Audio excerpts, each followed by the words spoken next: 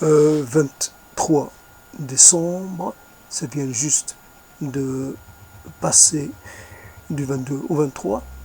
J'ai eu aujourd'hui, enfin plutôt hier, quelque chose qui s'est présenté à mon esprit et c'était comme ça. Jour de tristesse. J'ai pensé que ça avait un rapport avec bonjour tristesse.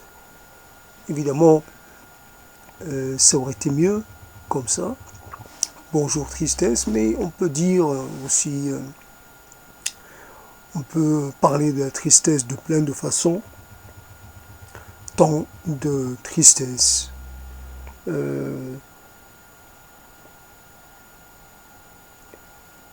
Effluve de tristesse. Instant de tristesse. Une tristesse au fil des jours. Une tristesse. Ami. Oui, la tristesse peut devenir une sorte d'ami qui vous accompagne. La tristesse, voilà comment j'ai pensé la chose. Et la tristesse, en fait, c'est quelque chose qui, évidemment, il peut y avoir des tas de synonymes, mais la tristesse, elle fait penser à un sentiment qui n'est pas vraiment, qui est presque un peu discret. Je suis un peu triste, voilà. J'ai eu un sentiment comme ça de tristesse. Je me suis senti un peu comme traversé par de la tristesse, un voile de tristesse. C'est matérialisé un peu devant moi.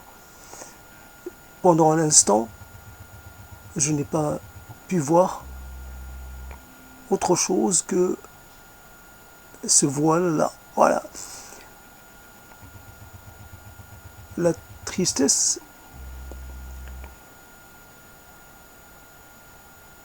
ça vous atteint évidemment, mais c'est comme une eau qui ne crée pas trop de marques derrière elle. Elle ravine rien, elle laisse pas de sillon, elle n'emporte pas trop de terre. Elle manifeste sa présence de façon douce, discrète, presque en silence. Il pleut, mais c'est une pluie bienfaisante. Je me sens triste, mais c'est une tristesse qui me fait du bien. C'est une tristesse qui me permet d'exprimer des choses que je n'ai pas l'habitude d'exprimer ou de ressentir. Je me sens dans un état pas très habituel, ou alors il faudrait que je sois dans le sens inverse, je suis trop coutumier de ce sentiment. La tristesse.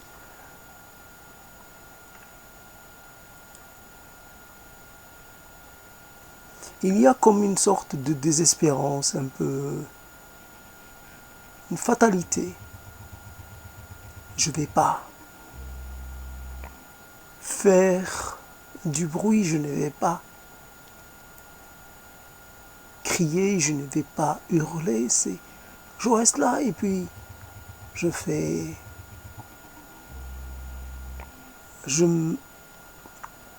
laisse les choses se faire.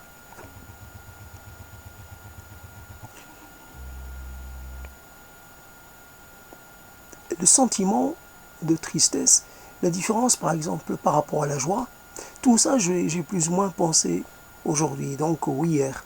Donc ce n'est pas de l'instantané, mais en tout cas, cette idée de comparer entre tristesse et non-tristesse, ou entre tristesse et gaieté, par exemple, quand on se sent bien,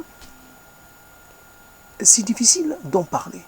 Et quand on se met à en parler, on utilise des mots assez qu'on a déjà utilisés. Qu'est-ce que je peux dire? Je me sens bien. Je me sens vraiment heureux. Oui, je me sens comblé, je me sens satisfait, mais encore, qu'est-ce que tu peux dire? Comment tu peux décrire cet état? Ça te fait penser à quoi? Un bonheur, ça ne relie pas à d'autres bonheurs, à des bonheurs passés. Une tristesse, ça peut finalement relier tous les instants de tristesse, ou beaucoup d'entre eux. Une tristesse de cet instant qui se trouve au voisinage d'une tristesse par rapport à quelque chose qui s'est passé il y a longtemps. Ah, je me souviens de mes tristesses comme, finalement, comme de mes premiers mots, comme de mes premiers émois, comme, je pourrais même dire, j'ai la nostalgie de mes tristesses. Oui, dans la rencontre, il y a quelque chose qui est un peu désordonné, qui est un peu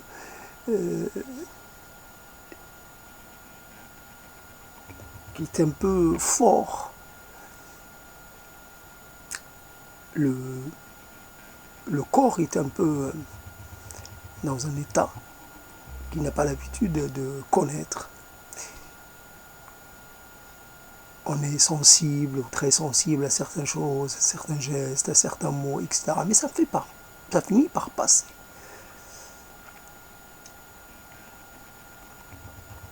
On aimerait en fait penser à des choses qu'on a éprouvées. On aimerait pouvoir y penser. Et finalement, nous les rappeler avec un peu de tristesse, un peu, comme on dit, la nostalgie. La mélancolie, la nostalgie, c'est des choses on pourrait passer son temps finalement à essayer de définir ce qu'est la mélancolie, à essayer de l'approcher, d'atteindre son cœur. Quel est le cœur de la nostalgie? Un bonheur ancien, ou un bonheur qui vient juste de passer, il accouche obligatoirement d'un sentiment de tristesse, d'un sentiment de séparation. On sait par expérience que le bonheur ne dure pas. Donc, on le vit en même temps. On est déjà en train de le regretter. C'est assez interpellant comme affaire là. La tristesse, là aussi, on sait qu'on va un peu pouvoir s'en séparer. Mais on sait qu'on va y revenir. Le bonheur, c'est une affaire qui se produit une fois par an, une fois tous les 10 ans, une fois tous les 5 ans, tous les 4 ans, tous les 4 ans, mais pas plus. C'est pas fréquent. Une tristesse.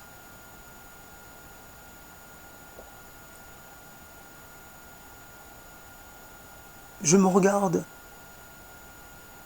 dans le passé, je suis triste, livré à moi-même. Et en fait, Je suis triste pour moi qui était dans cet état et qui était impuissant à dire ou à faire. Comment je vais m'adresser à quelqu'un, comment je vais lui parler de ma détresse, quels mots je vais utiliser. Je me sens malheureux, est-ce que cela suffit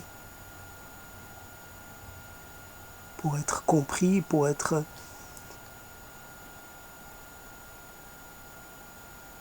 Je demande quoi? Oui, on va me répondre, oui, ça va vous passer. Mais moi, quelque part, au fond de moi-même, j'aimerais pas que ça passe. J'aimerais pas oublier, j'aimerais pas me résigner, j'aimerais pas faire comme si c'était pas si important que cela. En fait, c'était important.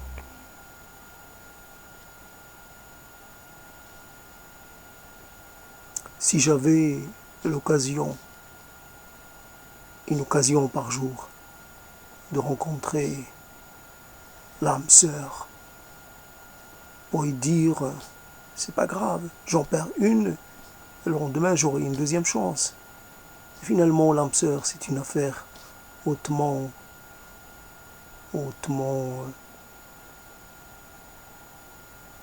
aléatoire. C'est vraiment une sorte de miracle. Si on doit un peu chercher, un peu essayer de remonter à l'origine. C'est réellement une sorte d'exploit, parce qu'il en faut des conditions. Il faut être en capacité de réussir la rencontre. Soit déjà, on n'est pas toujours en capacité d'aller vers l'autre. Et puis l'autre, lui aussi, il n'est pas toujours disponible. C'est une histoire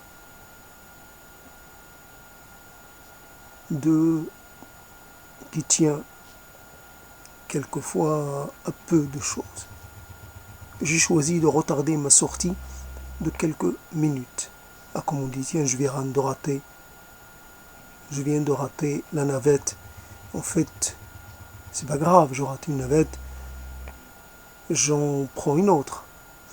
Mais en fait, pour la navette, je sais qu'il y a toujours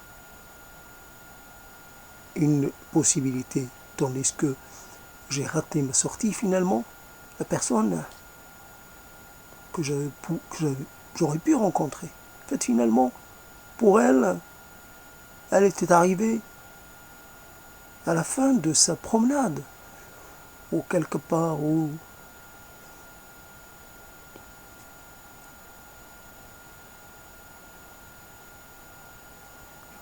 il y a toujours, c'est pas évident de parler de cela. En fait, l'idée, c'était pas de tomber un peu dans la nostalgie comme ça de cette nature.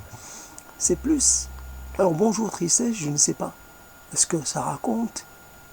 Et en fait, j'ai l'impression que ça ne pourrait pas m'intéresser. Donc je suis resté sur le titre. Peut-être que j'ai lu le début ou quelque chose comme ça, mais je ne suis pas allé plus loin. J'avais pas de curiosité pour cela. Une histoire qui se passe entre des gens qui ont un commerce les uns avec les autres. C'est pas ça qui m'intéresse. Il y a là des choses, j'allais dire, trop convenues, trop terre à terre, même s'il peut y avoir des éléments, j'allais dire, des éléments iconoclastes ou des éléments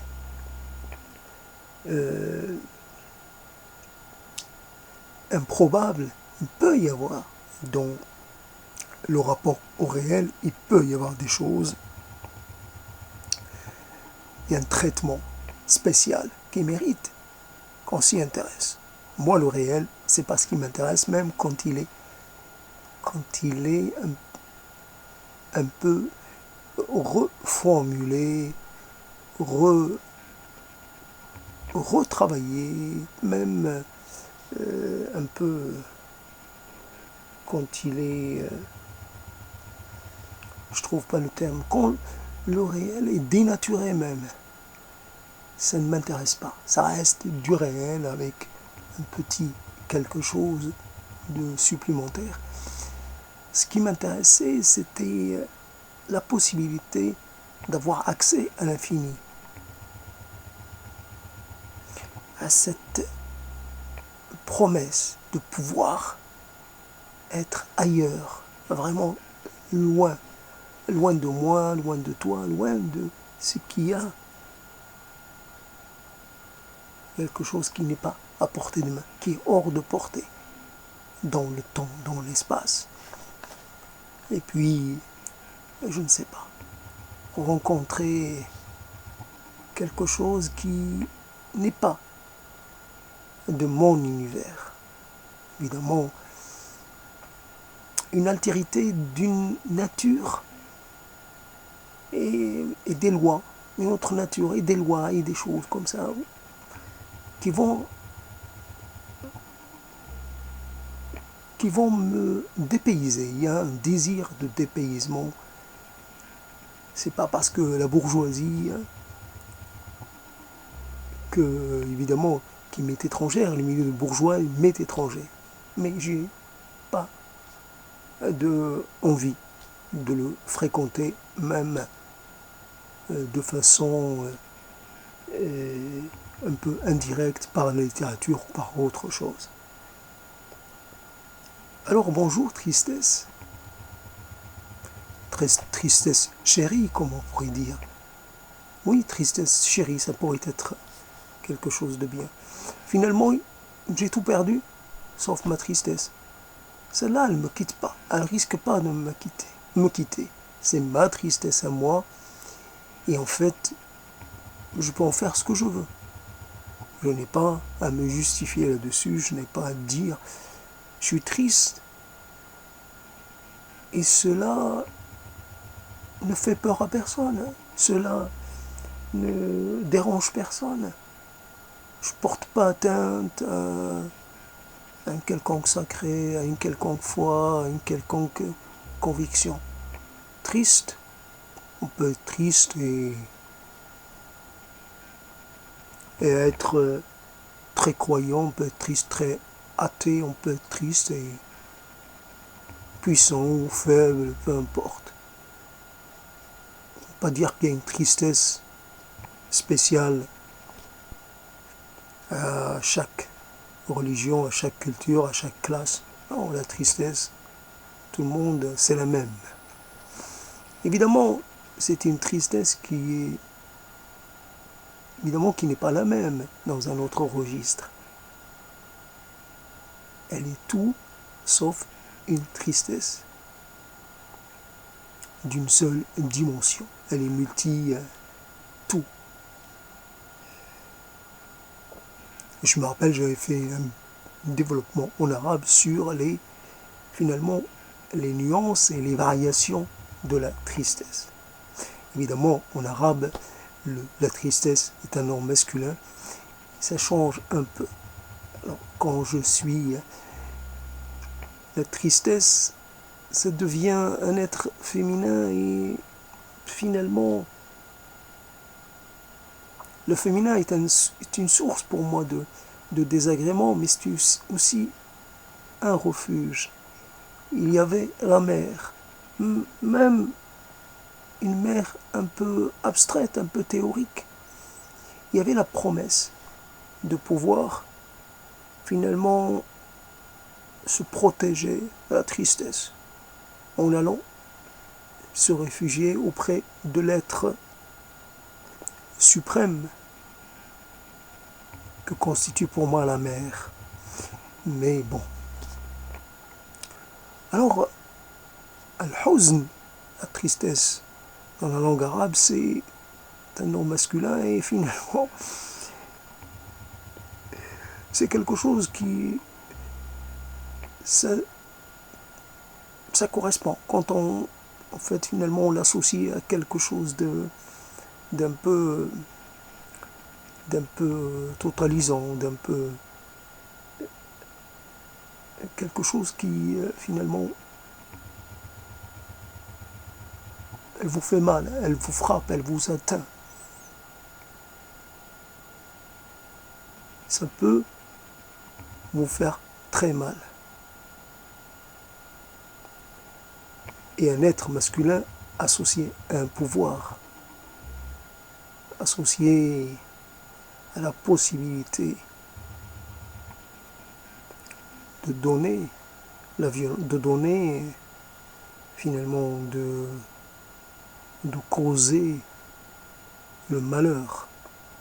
Je sais pas, j'arrive pas vraiment à parler de cette tristesse-là. Évidemment, je sais pas ce que j'ai dit il y a 4 ans déjà, donc c'est un peu lointain. En tout cas, j'aurais aimé disposer d'un nuancier. Un nuancier beaucoup plus riche que les nuanciers qu'on a pour les tissus ou pour les coloris, etc. Un nuancier qui exprime une infinité de variations possibles. La tristesse du matin n'est pas la tristesse. Le début de matinée n'est pas la tristesse qu'on ce matin, donc la tristesse, ou hier matin, c'était la tristesse au lever. Mais finalement, j'avais envie, mais en même temps, j'ai renoncé. J'avais envie de traiter de ce thème, le ventre vide. Je trouvais que, non, c'est vrai que c'est pas que j'avais faim, j'avais quelque chose qui me dérangeait ici, là, et je me suis dit, tiens, tu vas mettre quelque chose. Tu vas incorporer quelque chose. C'est rien d'inhabituel, mais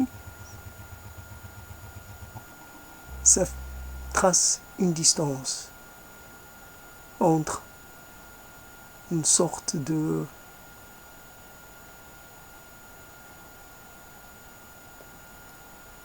je me lève seul, je fais face à moi-même. Évidemment, quelquefois j'ai la chance de ne pas être emporté par des regrets et autres. Et donc, mais quand même,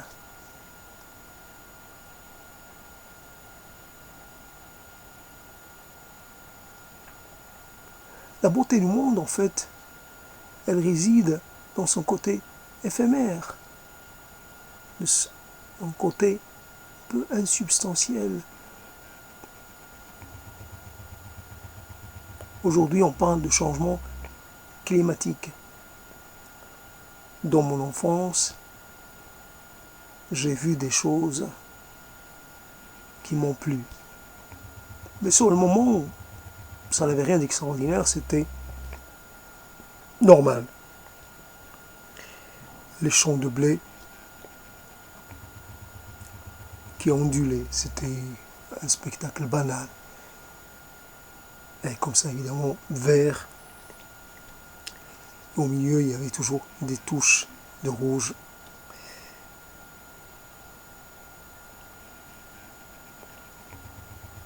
Et on a aujourd'hui la tristesse de voir cela un peu devenir rare.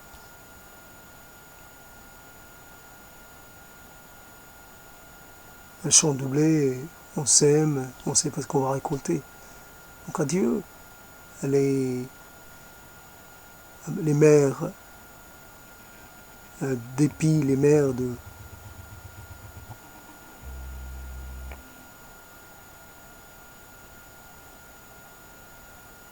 les mers vertes, étendues à l'infini, presque.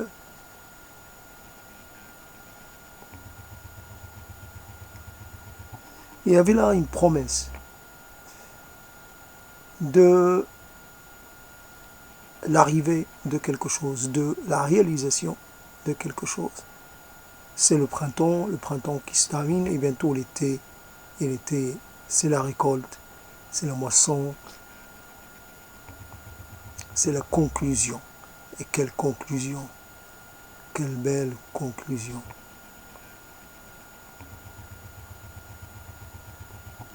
Avoir à sa disposition le fruit de son travail, le fruit de sa terre. La tristesse, je pourrais dire, une tristesse nommée Nora. Nora.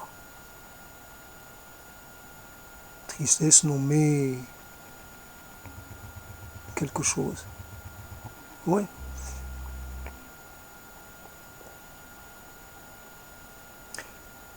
J'ai rencontré Nora et rapidement, j'ai quitté Nora.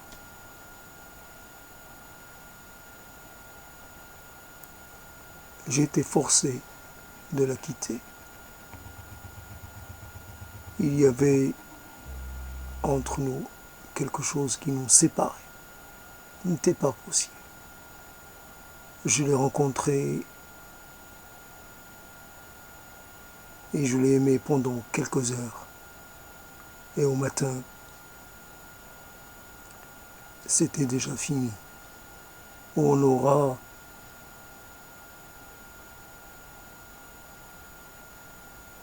et cette impression d'abord ouvert une porte et de l'avoir refermée sitôt.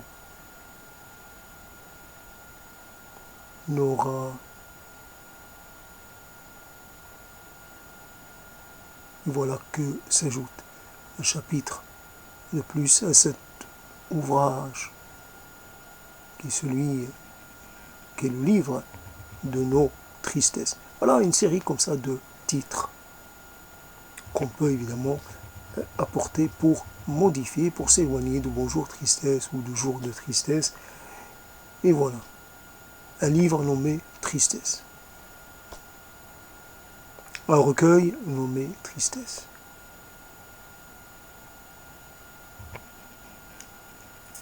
On peut être triste d'une personne qu'on n'a jamais rencontrée. Évidemment, Nora, je ne l'ai pas rencontrée. Nora, c'est un prénom sur un corps qui ne lui correspond pas. Ce corps, le corps auquel j'ai fait référence, j'ai oublié son prénom.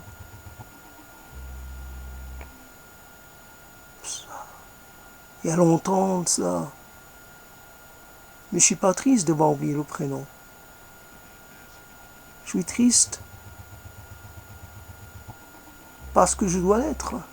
Je ne peux pas être réjoui de cette chose morte née. Cette chose qui a avorté, qui s'est finie dans l'instant. Bonjour et adieu à jamais. Ça ne doit pas exister, cette chose-là. Voici deux destins qui ne peuvent pas converger, qui n'étaient pas faits pour se mêler. C'est tout à l'heure, c'était la rencontre miracle, là c'était la rencontre improbable, illogique, on ne peut pas, par défaut. Tu voulais quelqu'un, et peut-être moi aussi je voulais quelqu'un d'autre. Et ce quelqu'un que tu voulais ne pouvait pas aller avec toi. Alors finalement, tu t'es rabattu sur moi. Finalement, je fais contre mauvaise volonté, j'allais dire. Et puis finalement,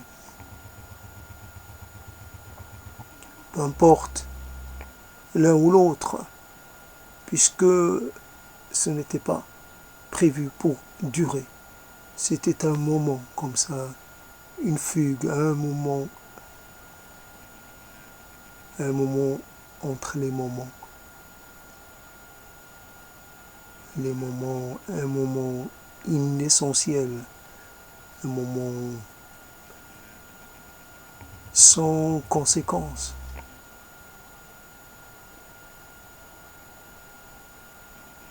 Je dois te parler de toi avec tristesse.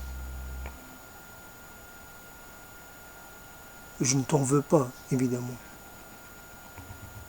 La tristesse, c'est quand on est dans un sentiment un peu partagé. Vouloir à quelqu'un vraiment,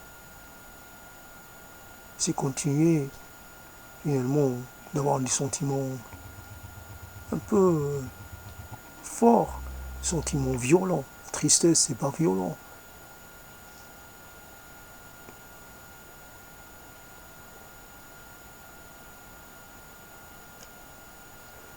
Je suis sur la voie de l'apaisement.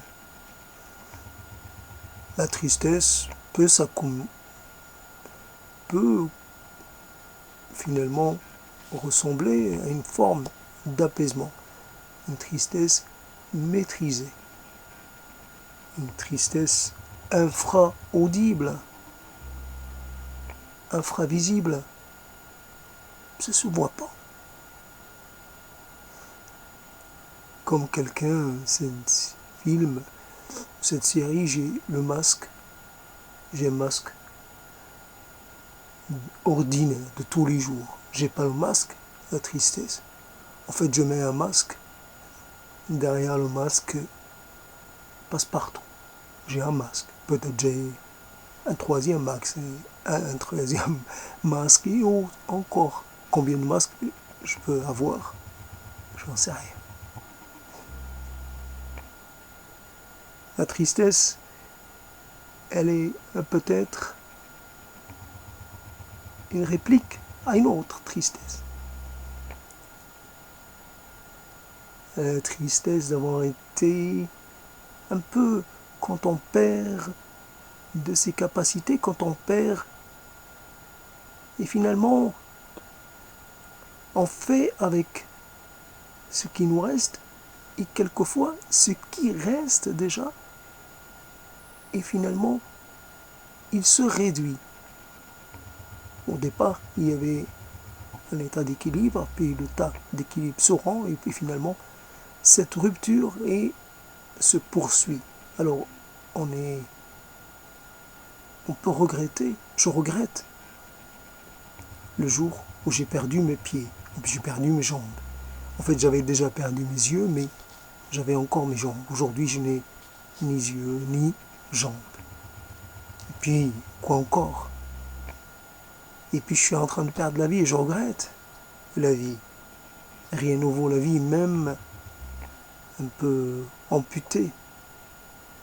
Même si mon corps est défiguré, je suis encore en vie. Je suis en vie pour quoi faire? Pour continuer de vivre mes tristesses. Je sais que mes tristesses vont m'accompagner. Là, j'ai parlé de fidélité. Elles n'ont même pas besoin de me le démontrer. Je sais de façon instinctive, de façon certaine, que voilà, je suis investi de cela. Triste d'avoir pas su finalement voir le monde comme j'aurais dû le voir, percevoir les choses comme j'aurais dû finalement. Je te dis un mot, je regrette d'avoir dit ce mot, je regrette de l'avoir dit comme je l'ai dit. Je regrette parce qu'à cette époque, je n'avais que cette façon-là de dire. Je regrette d'avoir été la personne que tu as rencontrée. Tu n'as pas pu me rencontrer dans une autre version. Aujourd'hui, je suis moins moi d'hier et plus, et moi avec un peu plus qu'hier. J'ai perdu des choses, j'en ai récupéré d'autres. Est-ce que cela est finalement, est-ce que cela s'équilibre ou non? Je ne peux pas y répondre. J'ai perdu de ma matière, j'ai perdu de ma fougue, j'ai perdu un peu de ma réactivité. J'ai gagné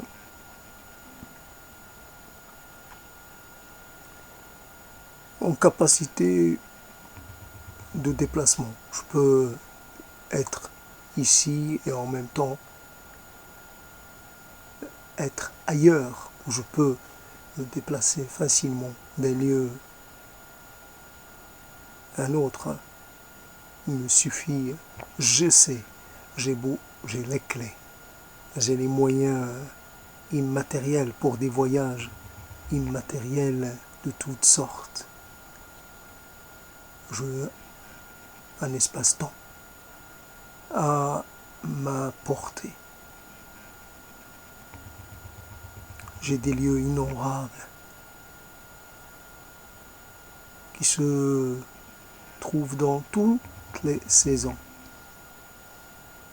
dans toutes sortes de pays et toutes sortes de paysages, avec toutes sortes de gens.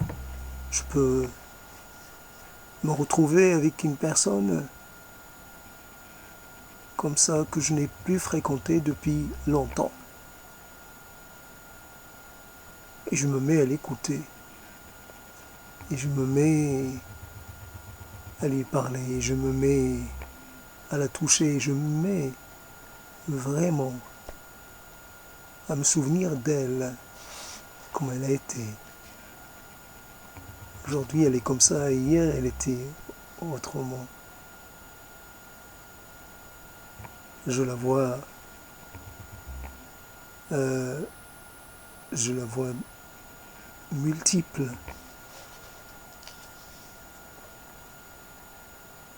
Puis une autre, puis un autre, et puis j'ai que l'embarras du choix. Hier, quand je voyais un mur, je voyais un mur. Quand je butais sur un mot, je butais sur un mot. Je savais pas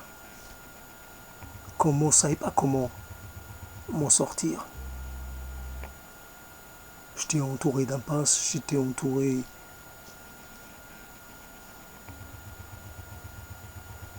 d'horizons fermés. Aujourd'hui, je peux. Demain, peut-être, je pourrai plus. Ou moins, je n'en sais rien. Aujourd'hui, je dis ça, j'affirme ça. J'en suis pas totalement convaincu, mais je l'affirme pour le plaisir de l'affirmation. Oh, j'énonce pas là des lois ou des vérités révélées. Non, ce sont là juste des arrangements vocaux. Je vocalise des choses. L'essentiel, c'est que je puisse vocaliser.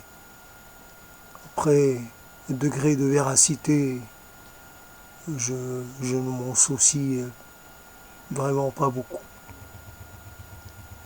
La véracité. La véracité.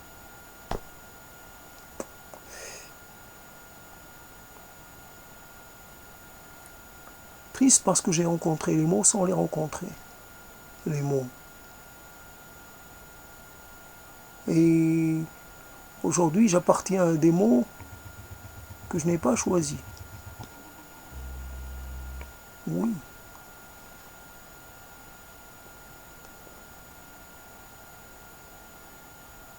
Et je ne peux faire autrement. Je peux que constater les choses telles qu'elles me semblent être. J'imagine que les autres me voient comme ils devraient me voir. Logiquement, ma situation. Et finalement placardé sur mon visage. Mon visage dit ce que je suis et quel est finalement l'état qui est le mien. Après, donc finalement la tristesse, voilà le mot tristesse, tristesse, tristesse. Ça, comme si ça permettait des petits sauts. Tristesse, tristesse, tristesse. Un petit saut comme ça, un peu léger, un peu faire une petite cabriole. J'imagine que le mot cabriole, ça vient de cavri, et cavri, évidemment, c'est cabriole. Tic, un petit saut, c'est léger. Tic. Un peu hier, j'ai parlé de l'art de la fugue. Il pourrait y avoir l'art du saut léger, l'art du geste un peu ralenti, du geste un peu qui... Finalement, geste un peu langui, un peu alangui, je ne sais pas si c'est la bonne formule, alangui peut-être, oui, le geste un peu long, un peu... J'exprime des choses, le geste est ralenti, il a du mal, finalement le geste a du mal,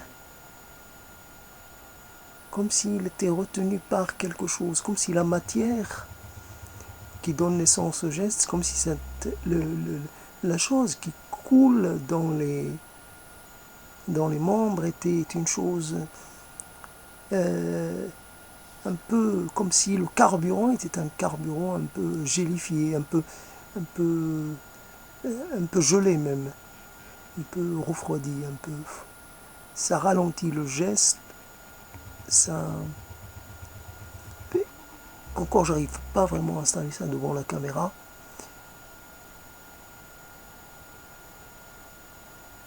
Un geste ralenti qui arrive, ralenti, qui se pose comme ça. Un geste. Un coup, la main ouverte. Dans le ciel, un coup, elle est renversée. Un coup, je demande, j'attends une offrande. Un coup, je prends l'offrande et je la renverse. Je laisse tomber un coup. Et puis finalement, ce ralentissement, à quoi bon se presser, à quoi bon s'urgentiser, à quoi bon vouloir. Même la volonté, elle semble qu'elles doivent finalement perdre de sa matérialité, de sa vitalité. Il faut dévitaliser certaines choses.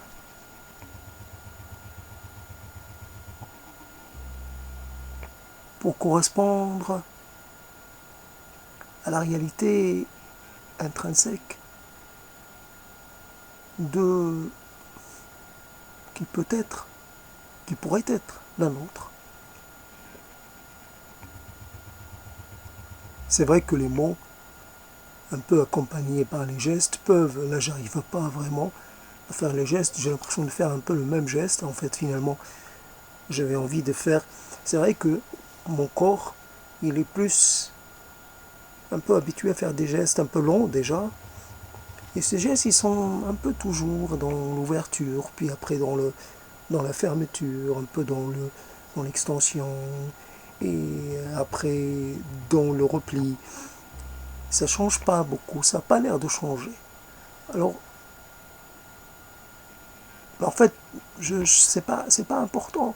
C'est juste peut-être d'entremêler les doigts, mais finalement de les laisser dans cette position-là, les doigts entremêlés.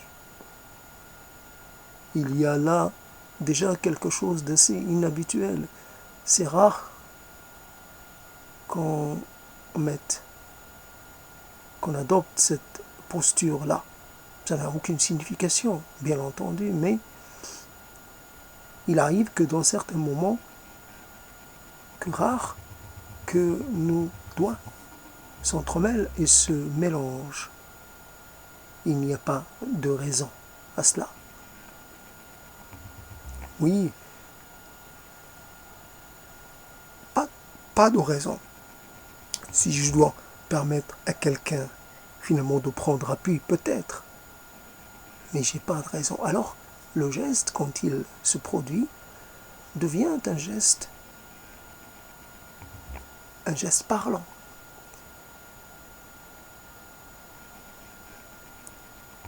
Mes doigts parlent à mes doigts. Ma main parle à mon autre main. Finalement, je touche mon corps. Je touche mon corps qui est un corps qui est l'extension du corps de ma mère. Évidemment, ce corps ne m'appartient. Finalement, il m'a été légué. Mon corps. Je le dois à ma mère, évidemment. Mon corps. J'aurais été heureux si j'avais la possibilité de savoir que ma mère continue de vivre à travers mon corps, d'une façon ou d'une autre. J'aurais aimé rencontrer les mains de ma mère, finalement croiser mes doigts avec les siens. Voilà un cadeau que la vie vous fait. Il vous dote d'un pouvoir d'attristement qui n'a pas, finalement, qui ne s'épuise jamais, ou presque, ou presque. Comme ça, sans que vous ayez fait quoi que ce soit, vous vous retrouvez nanti de cette chose-là. De combien tu as hérité? Ah, j'ai hérité de 100 tonnes. L'autre pourrait dire de 1000 tonnes, des millions de tonnes de tristesse. Vraiment, je suis riche de cela. Je ne savais pas. Je pensais que ma part, ça allait être un peu quelques tonnes, pas plus. Finalement, j'ai de quoi vivre jusqu'à mes derniers jours. Je peux. Un tonnage de cette importance, je peux même en donner. Je peux être généreux à ce niveau-là. Qui veut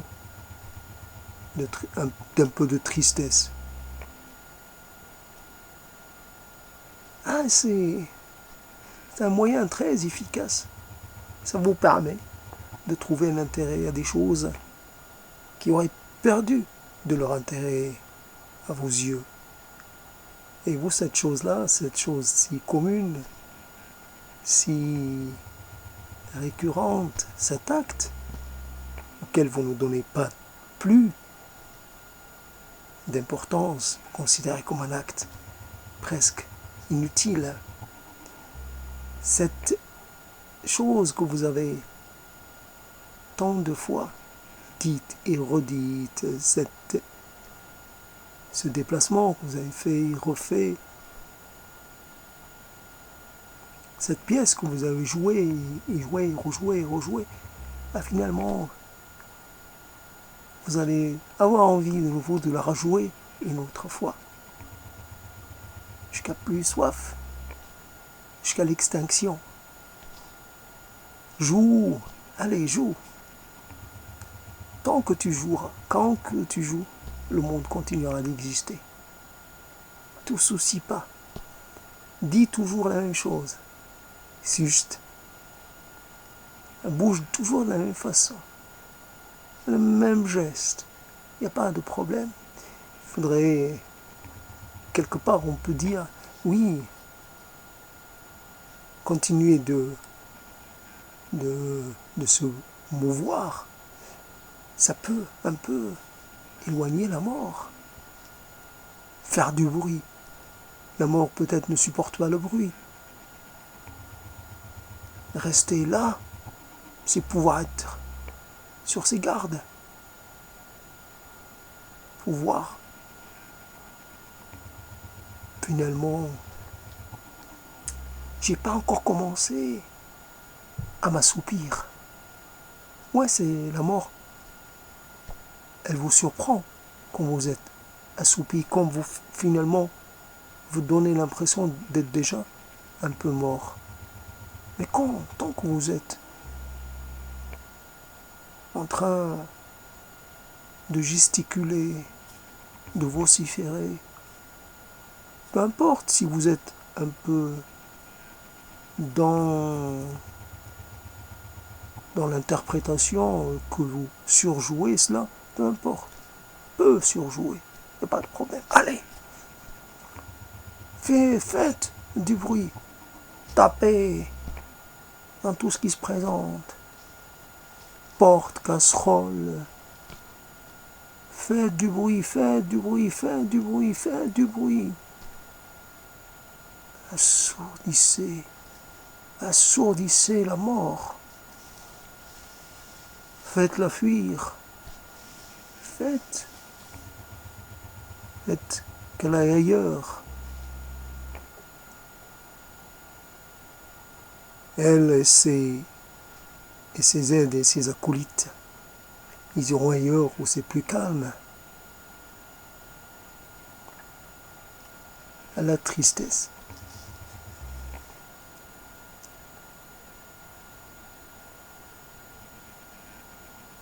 C'est finalement, je n'ai pas enregistré, c'est dommage, j'ai pas démarré l'enregistrement.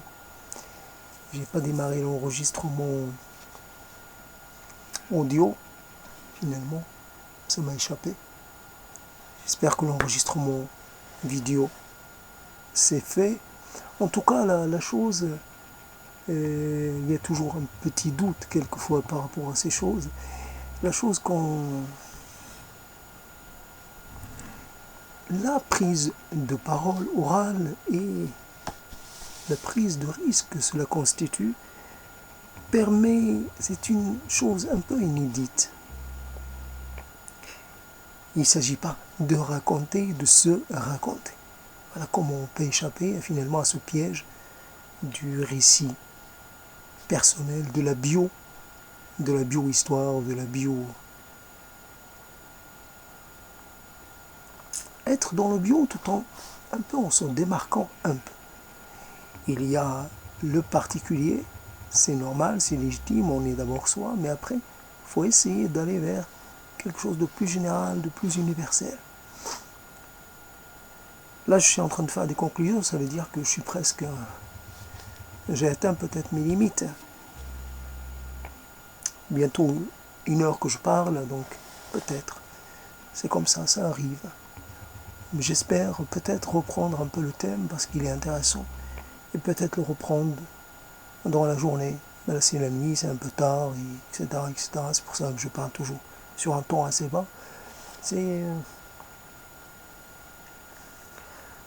Alors ça continue en fait de l'idée de se tester soi-même. C'est vrai que dans cette composition, il y a besoin de faire appel à des gestes, plus que les gestes des mains, un peu, en faire un peu plus. C'est pas évident. J'ai pas l'habitude de faire travailler mon corps, de faire parler mon corps. Ma bouche, d'accord, mais mon corps, c'est autre chose. Mais ce que j'ai remarqué, c'est que le corps, lui, il a tendance plutôt, là aussi, il peut s'autonomiser. C'est toujours là. Le risque que le corps, en fait, finalement, commence à s'exprimer d'une façon. Et il va continuer à le faire de la même façon, ou presque. On peut essayer d'imposer ses lois à son corps, mais peut-être qu'on arrive à un arrangement, mais j'ai l'impression quelquefois, souvent même, que c'est le corps qui gagne. comment on peut finalement aussi essayer de modeler les mots, finalement de leur donner une direction, de les mettre dans des moules, et finalement les mots, leur, leur souci premier, c'est de casser le moule.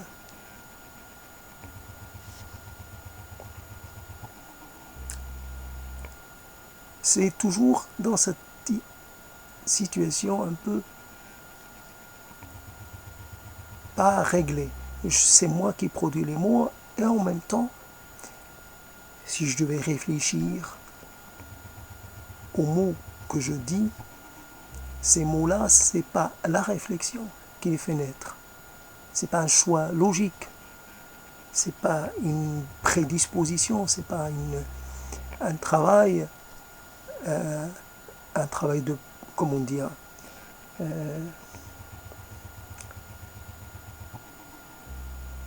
un travail antérieur. C'est une chose qui se présente dans l'instant. Une chose, évidemment, on appelle une autre et dans une sorte d'enchaînement. Même si quelquefois on met un peu un arrêt à l'enchaînement parce que ça peut finalement conduire à des sortes de, j'allais dire, de mécanismes de répétition qui ne sont pas toujours très intéressants. Construire et détruire, structurer et déstructurer.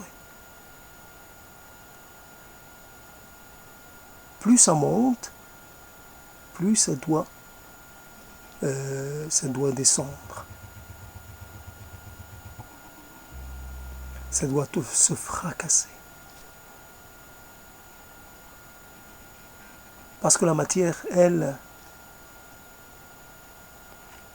son équilibre à elle, son état ordinaire, c'est peut-être d'être désassemblé ou d'être finalement en capacité disponible pour finalement s'associer à une autre matière. Mais selon ses règles à elle, pas selon ce que nous lui imposons. La matière rencontre la matière. Nous arrivons et puis nous décidons que cette matière qui devait rencontrer une autre matière, finalement, son destin, c'est d'aller des mariages forcés. Des unions, finalement, très peu naturelles. Voici qu'on emprisonne une pierre pendant des siècles dans une construction. Elle ne peut plus se déplacer. Elle est là, fixée, et elle est là, pas pour l'éternité, mais elle est là, comme prisonnière, comme finalement dans une sorte d'état. Elle doit attendre son tour. Voici donc comment on peut déstructurer les choses. Alors évidemment, il faut en avoir la capacité, et ce n'est pas à 1h du matin que cela est le mieux, comment dire, et finalement, c'est pas le moment le plus favorable. Comment déstructurer un propos, comment finalement dire non à un propos. La tristesse, c'est peut-être léger. Certains temps sûr que ça peut être un peu lourd, un peu pesant, mais la façon qu'on a de l'approcher avec légèreté, avec, j'allais dire, comme, non pas avec précaution, mais comme si on devait la traiter avec délicatesse. Peut-être que la tristesse, ça rime pas avec délicatesse, ou pas toujours, que tristesse égale peut-être autre chose. Tristesse égale justement un moment, on n'est plus dans la vie, on n'est plus dans le temps. Je suis comme pas suspendu dans le temps, mais je suis comme figé. Voilà comment je pourrais exprimer la tristesse. Une sorte de figement. Et à ce moment-là, je pourrais expérimenter le figement presque sans fin. Je suis là, tant que la caméra enregistre, tant que l'électricité est là, tant que je suis à ma place, que je n'ai pas commencé à me décomposer, je continue à tenir ma position, à tenir ma pose. Je suis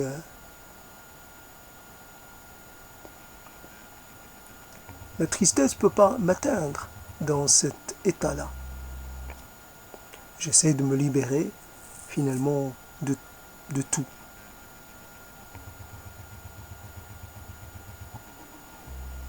Je pourrais dire, ma tristesse, c'est pas la plus belle chose que j'ai réalisée. Ma tristesse. Je peux, voilà, donc dans la négation et dans finalement le retournement contre des propos antérieurs, voilà comment on pourrait dire les choses. En fait, le précieux, bien sûr, une pierre précieuse, c'est rare et c'est l'effet de conditions assez spéciales, assez particulières. Mais on peut considérer une pierre qui brille. Et bien des pierres qui brillent qui ne valent rien, monétairement parlant. Mais on peut considérer qu'une pierre, c'est comme une autre pierre. On va en bord de mer, il est possible qu'on ramasserait autre chose que les pierres qui brillent. On ramasserait un coquillage, on ramasserait quelque chose de particulier pourrait être attiré par une branche d'arbre, par un morceau de bois qui nous semble plus intéressant parce qu'il raconte une histoire qu'on peut finalement essayer d'imaginer. Il nous incite à le prendre, à le toucher. C'est vrai, il a traversé les mers. Combien de temps il est resté un peu comme ça à la dérive.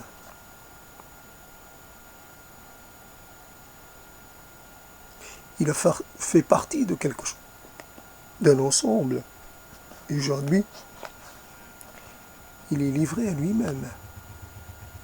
Il est seul sur une terre étrangère. Voilà comment on peut commencer.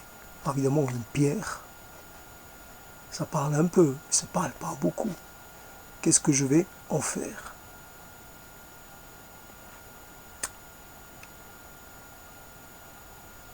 Donc l'idée de renverser les choses et renverser la valeur des choses. Donc la valeur de la tristesse tient en fait que je cherche à investir comme ça quelque chose d'une valeur qu'elle n'a pas intrinsèquement. Voici. Mais il faut que je tienne un propos, il faut que je le densifie, il faut que je lui donne corps. Et voilà, avec des choses très idéales qui rentrent dans une certaine cohérence. Ouais, cela peut se dire dans ce contexte. Bien sûr, ce sont là des choses apparentées. Ça passe. Ça passe. On prend. Mais dès que, finalement, je désapparente tout le monde, je crée un peu, je disloque cette vision et cette... Donc, je vais m'arrêter. C'est vrai qu'il y a là un potentiel intéressant et un potentiel voilà, qui est... donc, ce type d'écriture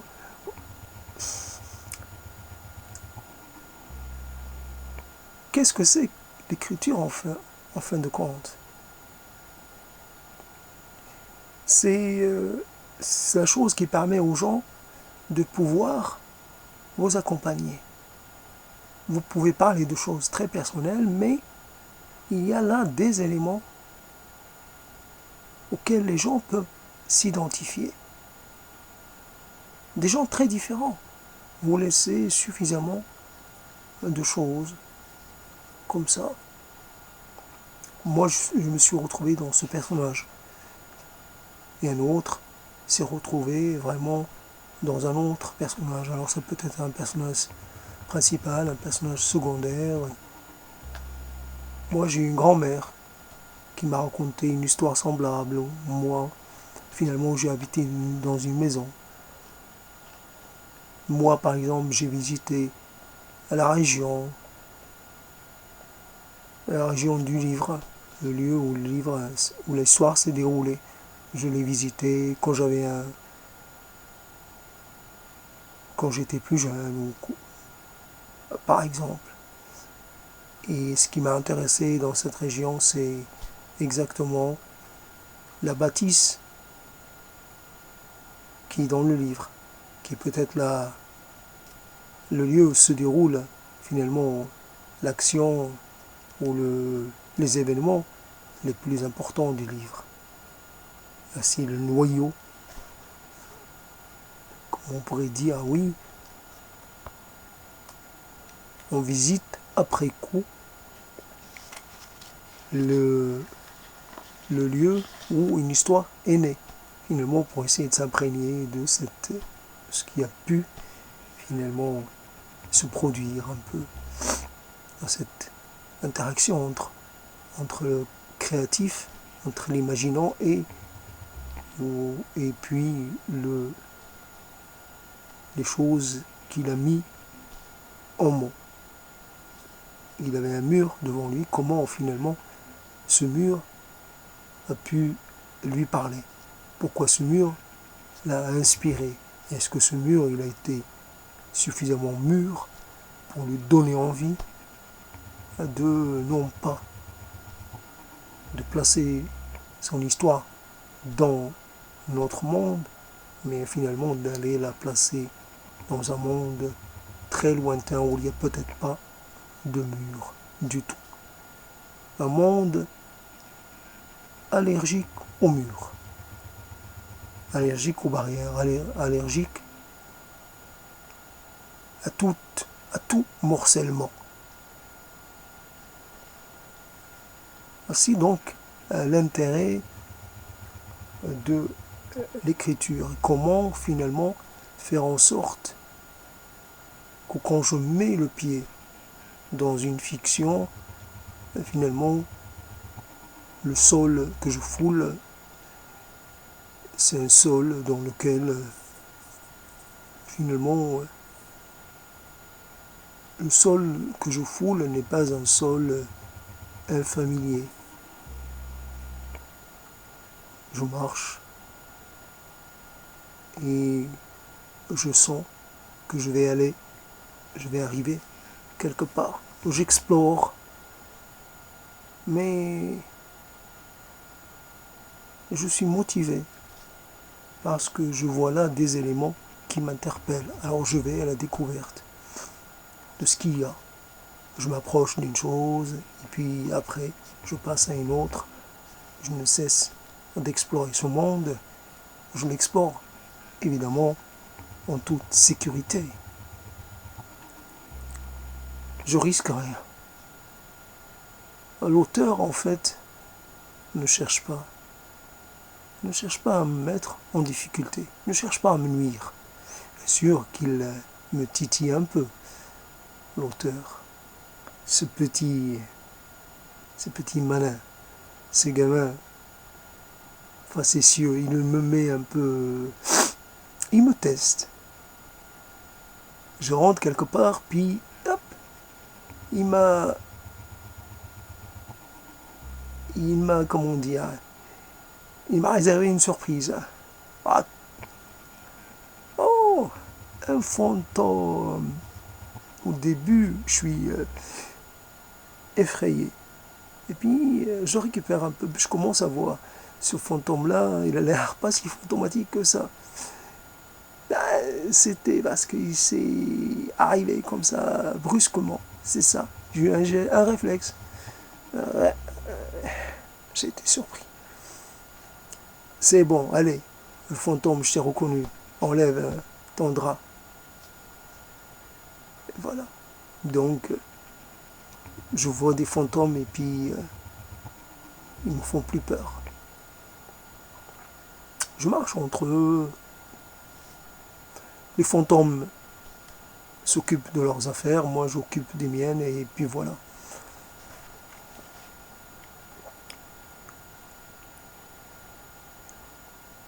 En fait, j'ai du mal à visualiser un instrument en train de tracer. Je fais le bruit, j'entends un bruit.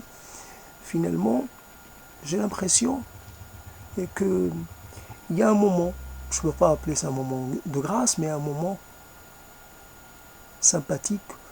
En fait, on se sent un peu poussé des ailes. Ou c'est des ailes à usage unique ou des ailes que je vais perdre très rapidement. Mais je peux m'élever un peu. Je peux quitter le sol de quelques centimètres. Ça me suffit. Et je me sens un peu léger par rapport à d'habitude. Ah, je monte pas jusqu'au ciel, il ne faut pas non plus trop monter dans le désir. Je vais pas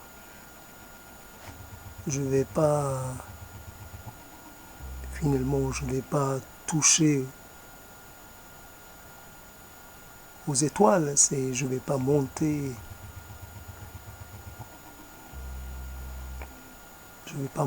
à l'assaut du. Mais c'est un moment différent des autres moments. Évidemment, il a un goût et une texture bien réjouissant. Donc, écrire, c'est s'exposer à plein de choses. Alors, évidemment, ce n'est pas le moment pour en parler dans toute finalement, la largeur de la palette, mais parler, ça paraît à un moment, finalement, être un acte plus naturel que tout le reste. Je suis doué de parole. Je ne suis pas doué d'autre chose. Je suis doué que de cela. Je suis doué de quelque chose que tout le monde possède. Un don que l'espèce a. Et ce don, on dit qu'il est unique. Ce don est assez intéressant. On ne le possède pas tous de la même façon, mais tout le monde est véritablement un maître dans cet art-là, ou dans cette compétence-là. Tous compétents. Il suffit, je ne sais pas, j'ai la compétence d'être un menuisier, un ferronnier. Je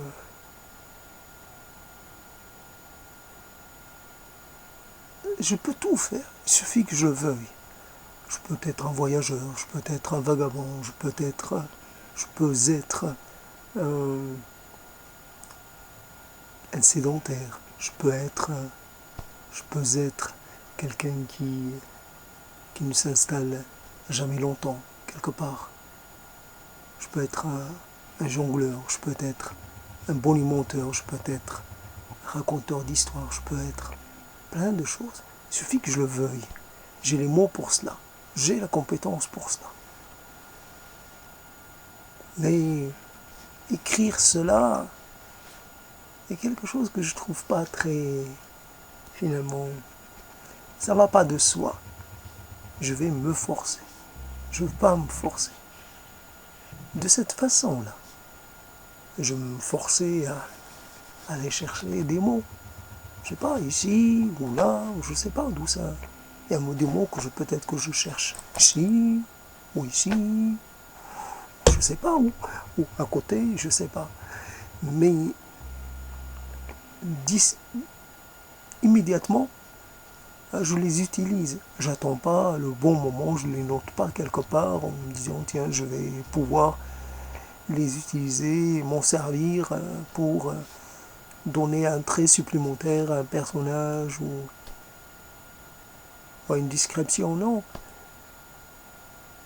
Utilisation immédiate, je cueille ce qui m'intéresse, ce qui finalement me frappe, et j'amène ça à mes narines et je respire et je hume le parfum et peut-être à la fin je mets la fleur dans ma bouche. Finalement, je me l'incorpore et je l'ajoute, incorpore à ma matière. J'en fais finalement, je peux m'en servir d'une autre façon. J'offre une fleur, peut-être à mes organes internes, je dirais tiens, vous voyez, j'ai pensé à vous. Bon, elle ne va pas arriver toute fraîche la fleur, mais elle va arriver. Peut-être, qui sait, ça va colorer un peu mes selles quelque part. Je pousse un peu, mais je peux imaginer. Je chie des fleurs. Je chie en couleur, en polychromie. Voilà que, évidemment, j'ouvre là encore des territoires intéressants, mais je ne peux pas, pour des raisons d'inconfort, quelque part. Justement, commence à y avoir quelque chose, mais je vais m'arrêter quand même. J'ai peur, finalement, de manquer de matière. Et parce que j'ai peur, je vais arrêter. J'ai trouvé quelque chose, mais finalement, j'ai peur que cela ne dure pas. Je sens que je me rapproche d'une sorte de forçage. Alors j'arrête. Mais ça va, je suis satisfait quand même du résultat. Alors évidemment, la tristesse, c'est comme un trait d'humeur. C'est comme un souvenir qui remonte, comme ça. On ne sait pas combien de temps il va s'installer. Et c'est un souvenir qui va juste se présenter, puis finalement, de nouveau, aller se mettre en réserve. Ou ça va être quelque chose qui va nous accompagner pendant une durée assez conséquente. C'est vrai que quelquefois, la tristesse, c'est le cadeau qu'on se fait un peu à nous-mêmes et qu'on fait à nos amours, aux gens auxquels on doit quelque chose. On aimerait finalement, comme il y a aussi là, au niveau de la tristesse, on n'aimerait pas être triste parce que nous serions, ou je serais directement concerné. J'aimerais être triste pour des gens anonymes. C'est pas parce que on va me raconter une histoire, un drame. Non, je pense à quelque chose qui est resté un peu dans l'ombre. Quelqu'un qui traverse ou qui a traversé un moment difficile et qui finalement, je pourrais un peu accentuer le trait en disant qu'il a perdu le sens, il a perdu l'usage de la parole, il a perdu ceci, cela. Il vit dans sa tête, et il vit un peu de ce que lui reste de tête. Une partie de sa mémoire l'a quitté.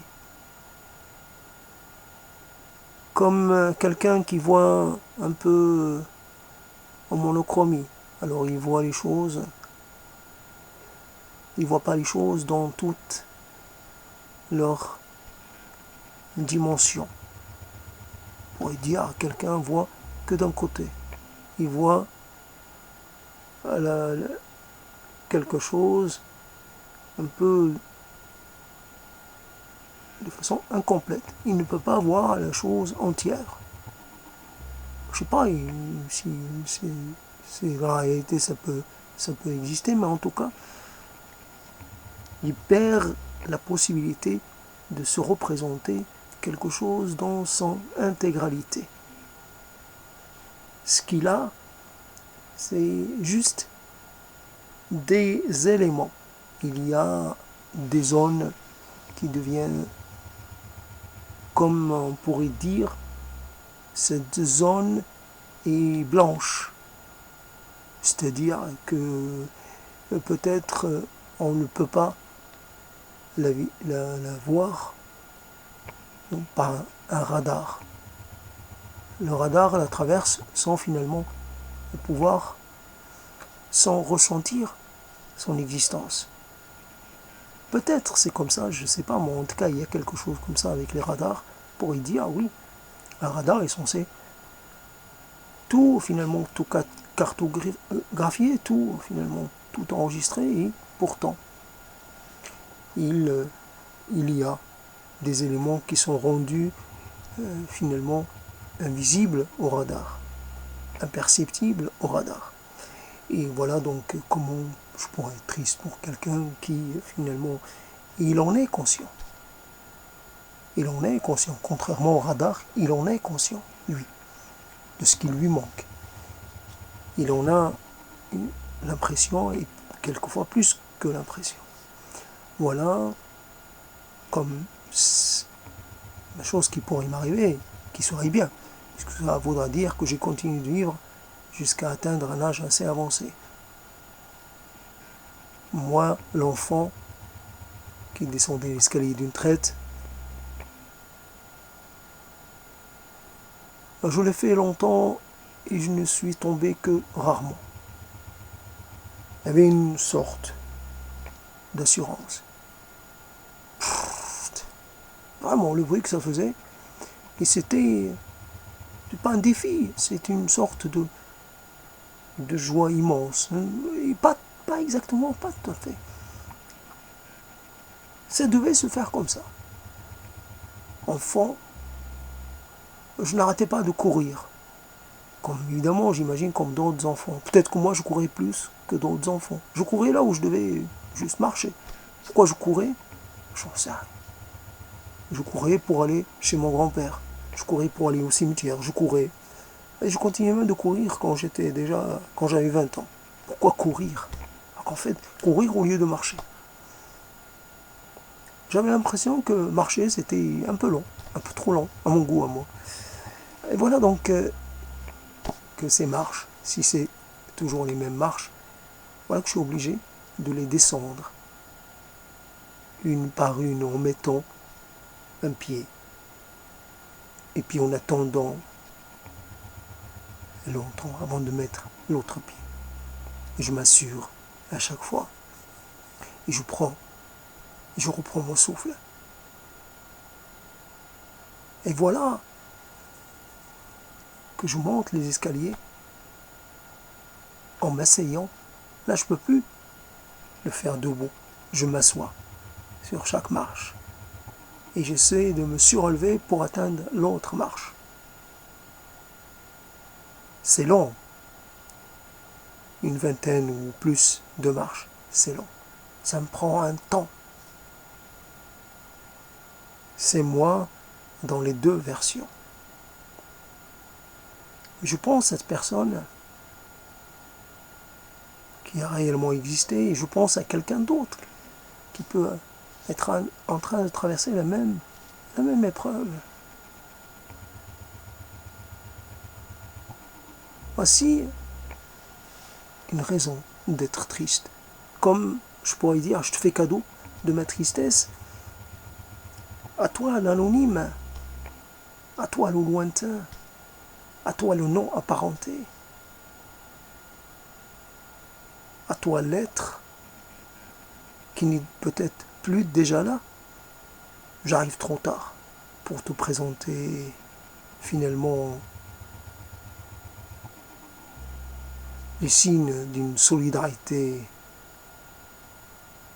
Ouais, je viens, je, je vais aux nouvelles. Non, cette personne n'habite plus là. Oh, ça fait déjà un moment. Je suis en retard de beaucoup, et oui, de 2 ans. Peut-être plus. Cette personne n'est plus là, on ne sait plus depuis combien de temps. Quand elle était là, on ne se rendait pas compte qu'elle était là.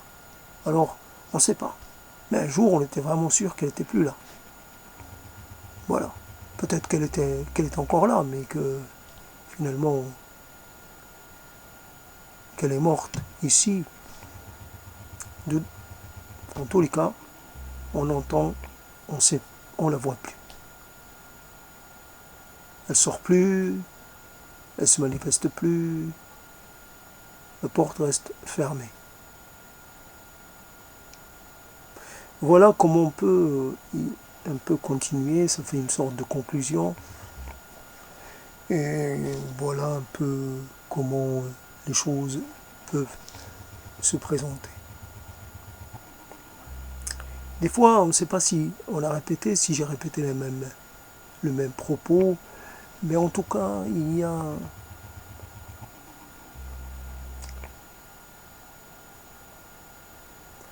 un regret, il y a des regrets matinés, d'une sorte de... Finalement, la volonté de lancer des imprécations, de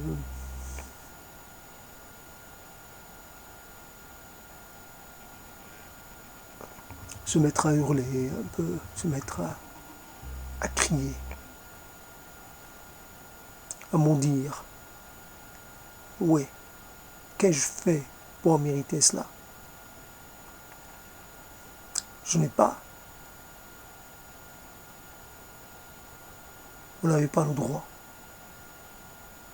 Jamais vous n'avez eu le droit de m'infliger ce que vous m'avez infligé. Et vous savez de quoi il s'agit. À qui je m'adresse, finalement. Et donc la tristesse, voilà donc le volet tristesse.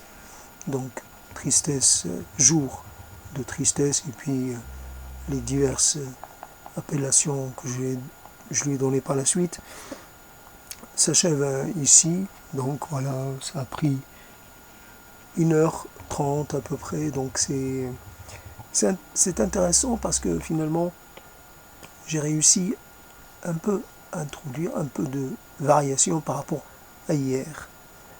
Et il y a toujours ce danger qui pèse un peu, ce risque de se répéter de façon flagrante, de façon trop voyante. Un peu quand la mécanique peut tourner un peu en rond. Voilà, ce qui sort, c'est un peu la même chose, toujours la même chose. Non, on espère toujours, on prie, on se met à rêver, on se met qu'il y ait quelque chose de différent, pas de totalement différent, mais d'un peu différent du propos précédent. Il ne s'agit pas, je ne sais pas, les mers sur Terre, les océans, c'est limité. Mais on espère un peu être devant quelque chose d'illimité, limité, en forme, en caractéristiques propres, en texture, en comportement, en tout. Différent, c'est pas que la différence soit quelque chose de totalement, je veux dire, c'est pas un impératif, il n'y a pas une injonction, c'est juste que ça permet, je sais pas. En tout cas, j'espère, merci à vous d'avoir écouté, et voilà, j'espère vous rencontrer une fois prochaine, Et j'espère trouver, soit reprendre ce propos, ce qui n'est pas du tout sûr, puisque, bon, 1h30, je pense qu'on a un peu lui avoir rendu justice.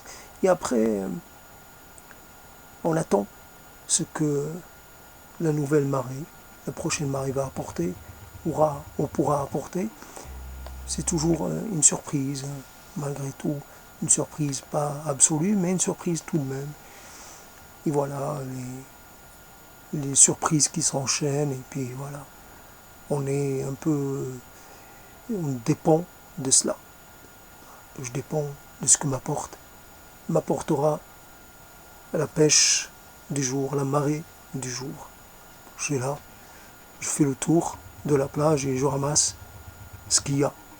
Je peux pas non plus, je peux pas finalement demander des choses précises. Ben voilà, je suis un cueilleur, je suis un ramasseur, je suis un pêcheur, un pêcheur, pêcheur homo, un pêcheur de mots. Voilà, sorte de, voilà, pêcheur de mots, ramasseur de.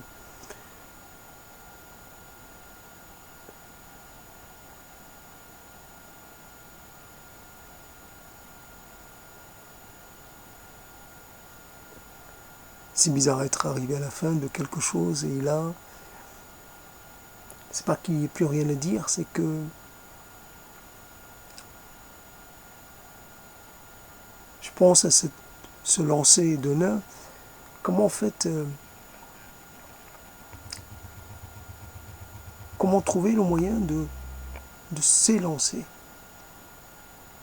Je pourrais demander à quelqu'un de me lancer, de me projeter. J'ai pas de suite, j'ai perdu l'élan. J'ai épuisé mes élans. Donc, finalement, il y a toujours, comme on peut parler, il suffit de trouver une amorce quelque part, un prétexte, et ça peut repartir. Il suffit finalement d'insister un peu.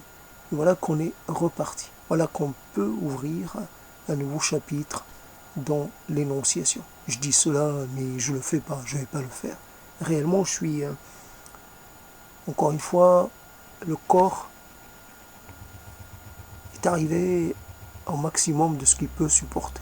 Donc, comme je suis je sais être un bon ami pour mon corps, donc finalement, je vais dans son sens et je me tais.